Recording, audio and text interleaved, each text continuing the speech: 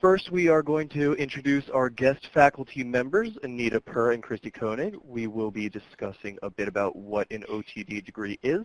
Students seek it. We'll provide a bit of insight into what our program has to offer and how it's structured. We will discuss upcoming deadlines for our September 2017 cohort. And then finally, I know many of you are excited to hear from Anita and from Christy and ask some questions. So at the end, we will open it up to you to ask those during our Q&A. So, as I indicated just a moment ago, we are joined by our two faculty members, Anita Purr and Christy Koenig. Anita is the program director for OT at NYU and teaches courses related to physical rehabilitation, assistive technology, and interdisciplinary collaboration. Anita, would you share a bit about yourself with our students here this evening? Sure. It's nice to meet you all. I look forward to having you in class and to working with you as an advisor and seeing your growth as you move through the OTD program. I have been in OT for a really long time. I went to school for my undergrad in Richmond, Virginia, so hi Richmond, please send my regards.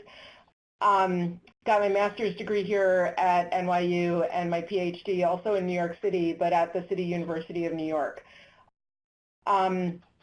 We've worked really hard to put the online OTD program together. It really replicates our on-campus experience, and we are just excited to have classes start and to get you guys in and start moving along in the program. It's nice to see you all. Could not agree more. Thank you, Anita. And we are also joined this evening by Christy. Christy is the OT department chair and teaches courses related to pediatrics, autism, and advanced assessment. Christy, would you share a bit about your background as well? Sure. Welcome. I am very excited to talk to all of you tonight and have you here.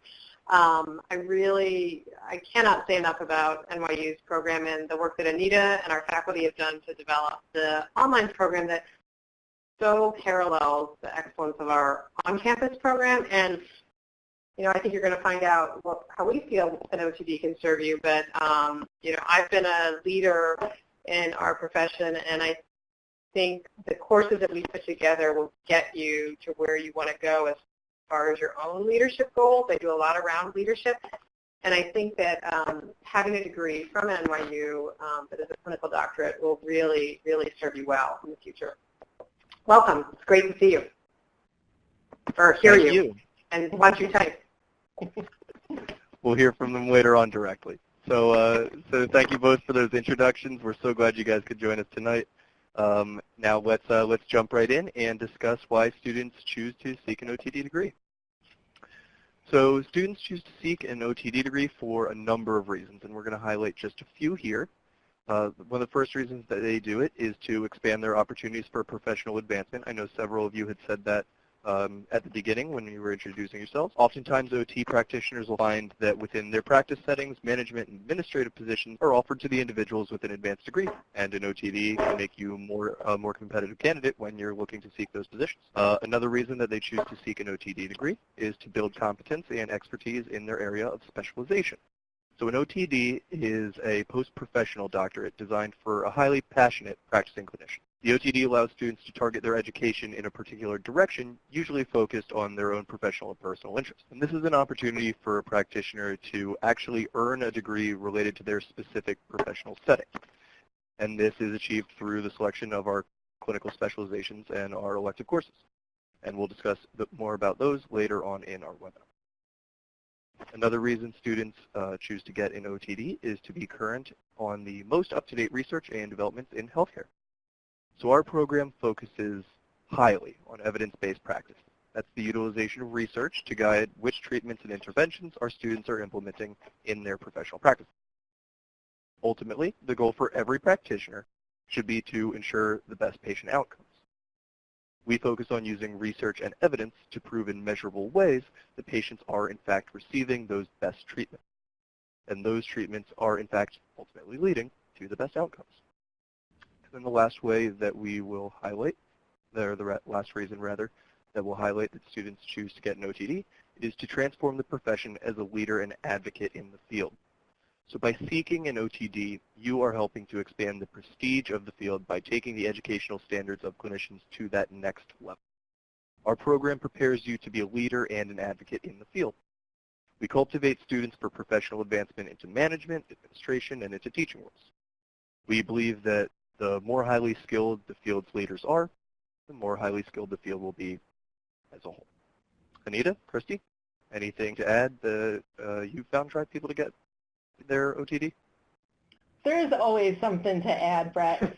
I think the first thing to think about is if you're looking at a doctoral degree, making sure that it's an OTD that you're interested in. And it's really kind of complicated to think about the similarities and the differences between the PhD and the OTD.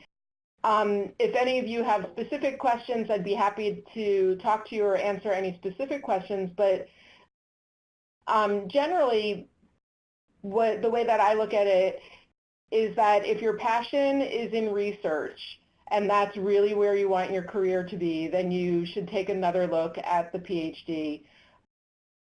And that may be better matched to you. If you're interested in research in terms of clinical research and being part of a group that's doing research and asking clinical-based questions, I think that the OTD is perfect for that. I think it allows you to be a master clinician while you also have these other abilities to move further than patient treatment, to share that information with the rest of the OTs in the world and with other professionals. In the experience that I've had with our graduates and with friends of mine who have made the decision OTD versus PhD, I don't know anybody that's sorry about the decision that they made. And everybody really has their own reasons for doing it.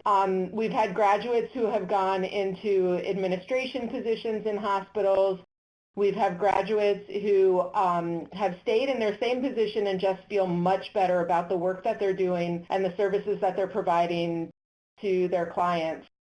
We have people who are doing presentations in this country and overseas, and we really feel like we're building that leadership group in our profession and moving the profession forward. I think for me, I come from a really strong clinical background, and I think it's important, especially today where healthcare is in such a precarious position. Nobody really knows who's going where and what we're going to be doing in the future, but I think that the terminal degree, the OTD, will really set you up for however things shake out and whatever kind of position that you want to create for yourself. I think having that background will help you to do that. So I think that you will have the ability and the experience to kind of create your own path and to decide what you want to do for yourself and to really focus on what your passion is. I talk about that with students all the time, the versatility of the degree, whether you want to stay the clinician and just get the further experience in that regard, or whether you want to change the trajectory of your career. It can do either one. Christy, you have anything to add? Sure. Like Anita said, there's always something to add. I agree with Anita, and I think that from a research perspective, the OTD offers the ability for the individual to engage in, like Anita said, clinical research, but then also do something that in our field has been missing, which is that knowledge translation. So how do you take these research findings, whether they're you generating through case study methodology or work with a faculty member, but how do you actually translate them to practice, in a way that is meaningful to the different patient populations and clients that we serve? And I think this degree really allows you to kind of be at the forefront and be a leader in this knowledge translation, because so much of what, and I'm being honest here, so much of what academics do from a research perspective is so far removed from practice that it doesn't ever get translated into practice. So you have to, and I think this a clinical doctorate, a clinical degree, that's the link. That is the link for that knowledge translation. And I also think that from an educator standpoint and a teaching standpoint, we look at our clinical faculty here at a Research One University, and we just hired one of our graduates that got an OTD in our program for a full-time clinical faculty position here at NYU, because we know how well they know practice, and we know how well they can again, knowledge translation, translate that information from practice and bring it to the academic setting. So those are the things that I would add. Absolutely, that's great. Thank you for that. So now that we've talked about why students get an OTD, let's talk a little bit about the way that, that our program is structured.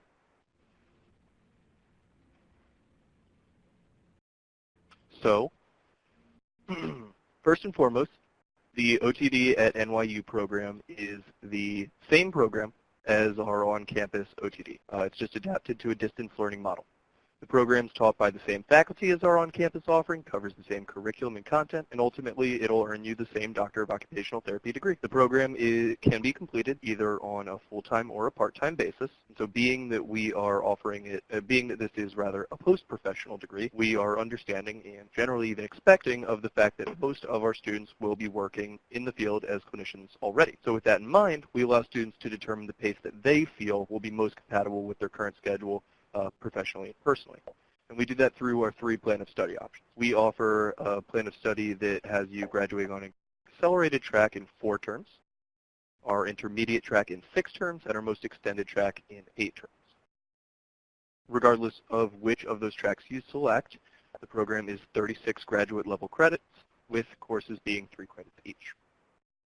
Half of your program, 18 credits, will be made up of your department core courses, program requirements, and your terminal project, also known as the e-portfolio.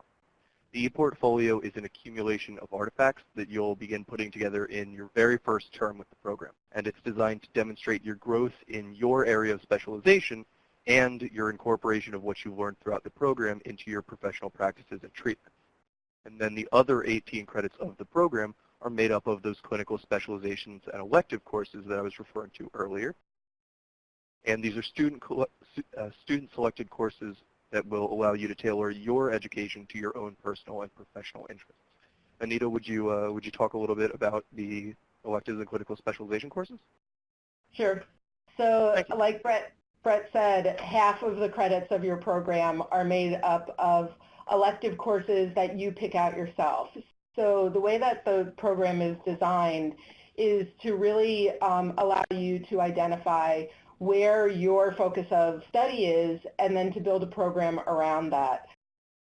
So whether your competence area, whether your interest area is in pediatrics, whether it's in assistive technology, whether it's in leadership and teaching, you can kind of pull together the best combination of courses that meet your needs to build your program.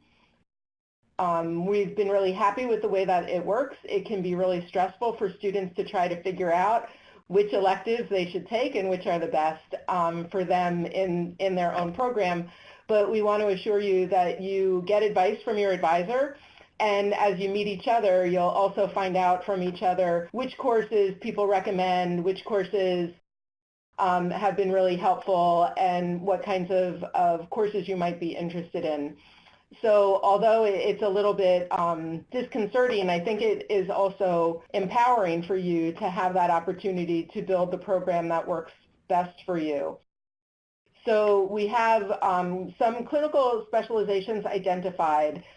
They're not tracks, they're not requirements. They are areas that people in the past have been interested in and people that we've talked to about coming into the program are interested in. So we just kind of described the sorts of courses that you can select in those specialty areas, but all of the NYU online courses are open to you. So you'll have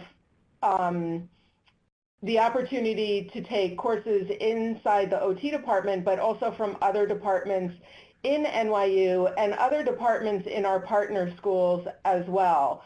So there is the opportunity for these cross-university electives where you may be interested in, perhaps you're interested in in advancing your own private practice. And one thing that would really help that is a business administration course or an accounting course. So there are MBA courses that are open to you to take, so that if that's part of your specialization, you can do that. We have public health classes that are available from partner universities as well. So if something that you're interested in is looking at population health and at international work, that may be an area that you would want to find your electives in. So like I said, we'll help you find them. We'll help you talk through what it is that you're interested in. I don't want you to feel like before you get here, you have to know everything that you're going to do. We'll make a plan together. And as you go through the program, if you find out about certain electives that you do or you don't want to take, we'll make adjustments to your program. So it's not, we don't want you to ever feel like you're locked into anything. We want you to really just have the opportunity to make it the best experience for yourself. We also, can I go on to the next bullet, Brett? Can I? Sure, by all means. Okay. No, don't let me throw you off. Thank you. Sometimes when I get talking, I can't stop. So I just wanted to mention that the online program is designed to be 100% online. So if you're working full-time, if you're concerned about finances, traveling to New York, if you don't want to come to New York, if you want to stay where you are, you can do the program fully online. You can do it from anywhere. So when you're on vacation, you can go to class. When you're traveling, you can go to class. If you move to another location, you can continue in the program. The other thing is that for students who are interested, you can also take in-person classes. So if you live in the New York metropolitan area and you want to take a couple classes in person, you can do that. We also offer some intensive scheduled classes. And if you're interested in those as your electives, you can also take those courses. Some of those courses are offered on our campus in New York City, but some are also offered in other global locations. For example, there's a course called Disability in the Global Context, and that's a course I've taught a number of times. I've taught it in Accra, Ghana a few times, and I've taught it in Argentina as well. That course also has been taught in Tel Aviv, Israel. So if global OT and global practice is something that you're interested in, you can take that class. It's about 2 weeks long, either in the January session or in the summer session, depending on when it's being offered, and build part of your program around those experiences. And Christy, I know that you're teaching your class on autism and advocacy in London. Can you talk a little bit about that as well? Sure, and I also want to add that the Disability in Global Context was just taught in Shanghai just a couple weeks ago, looking at Eastern versus Western rehabilitation models. So part of NYU is part of being part of this global university. So we do have a lot of these global experiences. I teach an autism course on campus. I'm developing it for the online format as well. I co-teach it with Dr. Stephen Shore, who's an autistic self-advocate. He's amazing. And what we're also going to do, we were asked to develop it as a global course. It's been a very popular course to get my perspective as a professional, his perspective as an autistic self-advocate. And in London, in the English system, it's changing a little bit, but they are really more advanced than us as far as looking at a strengths-based approach to autism and really looking at supporting adults and having better adult outcomes. So we're going to take a group of students over there this January to really learn about what a true strengths-based practice is for autism and how that impacts practice and outcomes. We're going to be visiting a lot of different clinics, programs, and have guest lectures from leaders in the field. So, and that, of course, is offered in the online format, is offered on our on-campus in a week-long intensive, and then also is being applied to the global university. And we do that frequently here, which is nice. NYU has 3 portal campuses, NYU Abu Dhabi, NYU Shanghai, and NYU New York City, and 12 global sites, I believe, 11 or 12 global sites, and London is one of them. And it's Accra, Tel Aviv, Shanghai, they're all in that network. Thank you. That's really cool. And that's something that I talk to students about a lot is the flexibility. So not only do you have the flexibility to take, like Anita was saying, any grouping of courses that you find relevant to you for your clinical specializations and your electives, but you have flexibility as to where you're taking your classes, and sometimes you can have offerings in London. That's a really, really cool opportunity that is just, it's available to students because of NYU's, vast resources. It's really great. So if the program seems like the right fit, let's talk a little bit about the application requirements and the things you'll be getting together for it. So firstly, you will need to write a statement of purpose explaining your reasons for wanting to pursue the program. Next, you'll need to include a resume or a CV, and you'll need to send us your transcripts. Additionally, we will require 3 letters of recommendation for your application. And when selecting individuals to write your letters of recommendation, you should always keep in mind that these should be former professors or colleagues who have worked with you directly, can actually speak to your academic qualifications or your professional strengths related to OT. And a good rule of thumb there is the recommendations should typically come from individuals who have served in a supervisory role to you, not from a peer or personal sources. Then beyond that, we will need your official GRE scores prior to final review for your application. We don't need to have your scores received in order for you to submit the application. Remember earlier I said that we don't actually need every piece of it, but in order for your application to be completed for an admissions decision, we will need those scores to be sent to us. Continuing on, the TOEFL is an exam demonstrating English proficiency, and it's only required for our international students or students who have not received a degree delivered in English. And then last but not least, the application fee. So that is going to bring us to the Q&A portion of our webinar. So to get us started, I've prepared a few introductory questions for our faculty panel that I found students are frequently interested in learning about. And once we go through just a few of these, if any of you in the audience have questions, we will open up the chat box for you to ask those directly to us. So let's just pick one out of here. Let's start with the second one. How might an OTD offer therapists more opportunities career-wise? So I'll take that one. I think there's a couple of different ways to look at it. I think if you have identified your area of expertise and that area that you want to investigate, and it's an area that you've been working on for a few years in practice or many years in practice, I think the OTD changes the way that you think about the practice that you provide because you start to question yourself more. So instead of acting automatically with your treatment, you have a deeper understanding of the implications of each aspect of treatment, and I think that your treatment becomes more comprehensive and really becomes, or has the chance to become, more client-centered.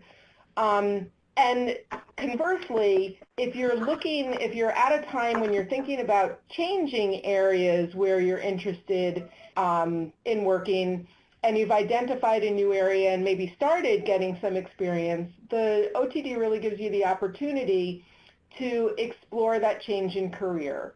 So for example, as Christy had mentioned before, I'm really excited that one of our OTD graduates is joining us in the fall. First of all, I think it's great that we're hiring another clinical professor. I think it's great that it's somebody with a clinical doctorate, and I think it's fabulous that she's a graduate from our program. But I think if you're having those thoughts that you've worked in the clinic for a long time, but you really like the opportunity to do some teaching, this really gives you the opportunity to learn what is it about teaching, why is it that you want to do that, and how do you get information across in a way that people can listen to it and people learn from it. I think also whether or not you change jobs as a result of your new degree, it changes the way that people look at you and gives you the opportunity to have more responsibility in that place. So you might be asked to sit on more committees, or you might be invited to sit on committees. You might be invited to start new programs or to evaluate the function and the effectiveness of your own program in the facility where you work. So I think whether you're at a point of looking for a job change, whether it's into academics or into doing more research, or changing the area where you're working, or whether you're interested in delving deeper, I think that this OTD degree is flexible enough to be able to satisfy your need in both of those directions. Again, that's a really strong point that I often bring up with students, so thank you. So let's do another one. How about this first one? What will you be expecting of OT students academically, and how will working while you're in the program benefit? How will students working while being in the program benefit that? Well, I think we expect the same thing we expect from our on-campus students to handle the first part of that question, is that we really expect you to be engaged, connected with the faculty. We have an exceptional faculty. I'm so proud of our faculty that we have here at NYU. And you are our colleagues. You are working professionals that are working in the field. And I think that having that relationship with you, what we expect is that you are a colleague and that you come to us and we problem solve together and we really talk about things at a deep level that are clinical questions for you, and also doing mentorship with you. And a mentoring relationship is two ways. You know, it's us mentoring you and you really being prepared and open and ready for mentorship. And that's something that I really, really enjoy. The part-time schedule, I think, speaks for itself. It's going to benefit you by having a part-time schedule and being able to still work and not have to come full-time to New York City and stay right where you are in your job and get your advanced degree. But I also think the way we've set up the terminal project and the e-portfolio and the artifacts that you have to gather as you go through this program and produce really leads to a lot of integration of your clinical experiences with your academic work. We've had students develop programs, develop program evaluations, do needs assessment in community-based programs where services haven't existed. You know, and I don't want to say they're doing it for school, because they're not. They are. It counts for school, which is a wonderful part of this degree, because we want to see that advanced competence, and we want you to be able to show that advanced competence. But more importantly, it counts in your workplace and in what you're doing, and you're developing your leadership skills in the workplace in your current situation at the same time that you're developing the competencies that we require. So it's really mutually beneficial. You know, I just was working with an OTD student. I taught her in class in our ethics and analytical reasoning, and I have students write. She would do a position paper. You know, it's something they care about. And she wrote a position paper about the role of OTs in digital rehab with concussion. And she just submitted it to AJOP for an issue is. So, you know, it's really taking that clinical practice and those things you care about and shaping them into really advanced competence skills, whether it's at the presentation level, the publication level, the writing an article for OT practice, and you build this resume. You build this resume of not only a skill set but artifacts that really are so mutually beneficial as a practicing clinician. I think it's a great model. Thank you. That was really great insight, far beyond anything I could have done. Wonderful to have you here. Thank you for that. And then let's finish up the ones that we have, and we'll open up to students after this. How about this last one? What advice do you have for students that are looking to get their OTD here at NYU? I say just do it. There's always going to be, do I do it now? Do I do it later? Do I do it now? Do I do it later? Just start it and see what happens. Before you know, you'll be done, and it'll be another certificate on your wall and a badge of pride, and also a game changer for you. I think the first decision, like I said before, is to decide which doctoral program. Is it a PhD or is it an OTD? I think that's the biggest decision. And then finding a program that meets your needs. And we really hope that ours is both flexible enough but also supportive enough to provide you with the elements that you need to direct your own education. And I really think just do it. If you're considering it, Don't let the time go by. All of a sudden you'll realize it's 20 years later and you're still thinking about it. So there's my advice.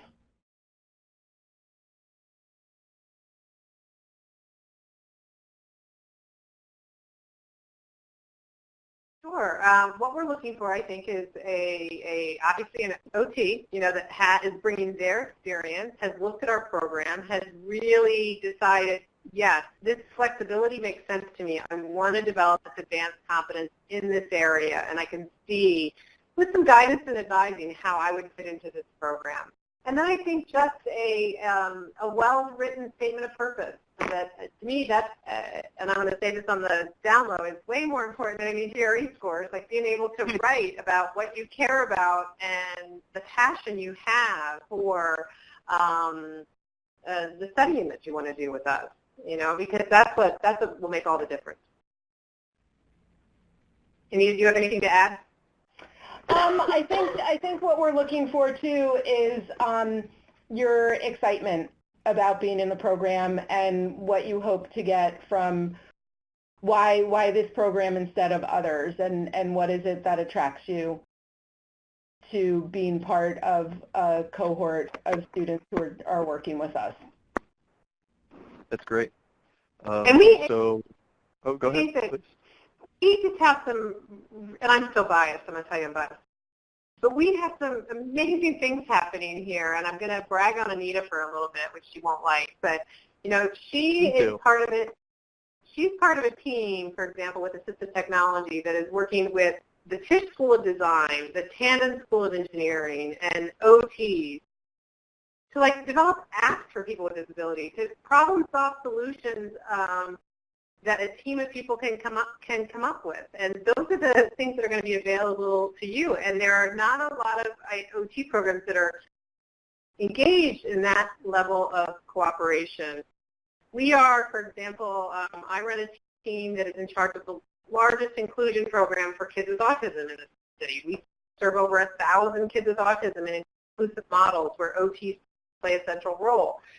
So I think what's happening here, too, is something that we're very excited about. So we want to kind of have people that are just excited about what they're doing in their community or their setting, and they really want to take it to another level. They really want to be a leader in that area.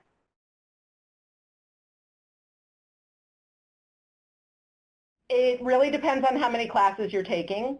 And what you'll find is that for each of our classes, they're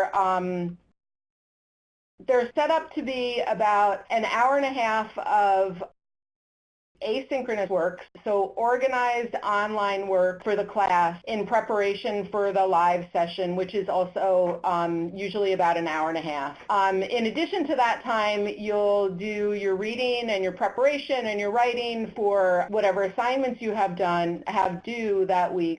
You can really do the asynchronous work on your own schedule, and then you'll bring those experiences into the classroom when everybody meets together in this same platform so that everybody can talk to each other and have discussions.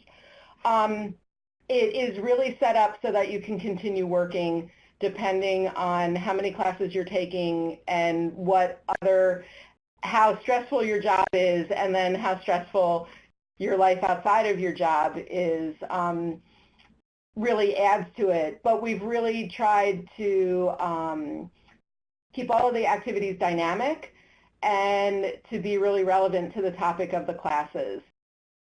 So I think it's really hectic and busy, and depending on how many classes you take and how quickly you want to move through the program, you're going to have to judge how much time do you have to dedicate to that. But there is the expectation that you will do the outside work outside of class time and come to class prepared to be a dynamic participant in those class discussions.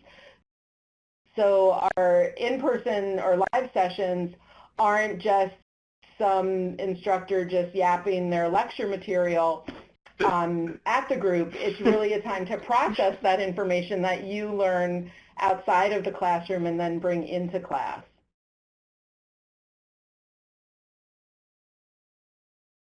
Yeah, absolutely. I think that our doctoral students, both at the PhD level and the clinical doctorate level, if they are interested in research as part of developing a skill set, every student, for example, will be doing a systematic review in their area of specialization. So that's that first phase, and we've actually encouraged, and I know one of our students published their systematic review, where you really get to examine a body of literature, and really look at, does it answer the question is there evidence? Is there evidence to support this intervention? I've done a lot of work and writing on evidence around interventions for autism, interventions for sensory processing. And that process, that research process, really takes you through being able to critically examine research. Everyone does that.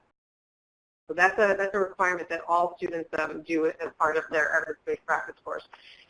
In addition to that, depending upon the individual students, kind of areas that they want to develop or ideas that they have, there are many opportunities to collaborate with faculty on research projects. And really, whether it's learning key aspects of research or applying it to your setting or doing some case study, problem-based learning, there's a lot of opportunities, but it's really dependent upon what the student is interested in. And that's where it goes back to the flexibility of the program. I've had several clinical doctoral students work with me on research projects, which is, again, going back to the difference between the PhD and the OTD. If they were my PhD student, it would be, all right, you're developing your own independent line of research, and you're getting it done, and it's going to take you maybe a couple of years.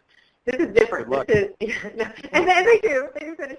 But this is different. This is, all right, so I did a yoga study where I worked with a clinician, and it was like she had the idea, and I had the methodology, and we worked together. And, and looking at your own clinical setting and what research questions that you have related to your own clinical practice.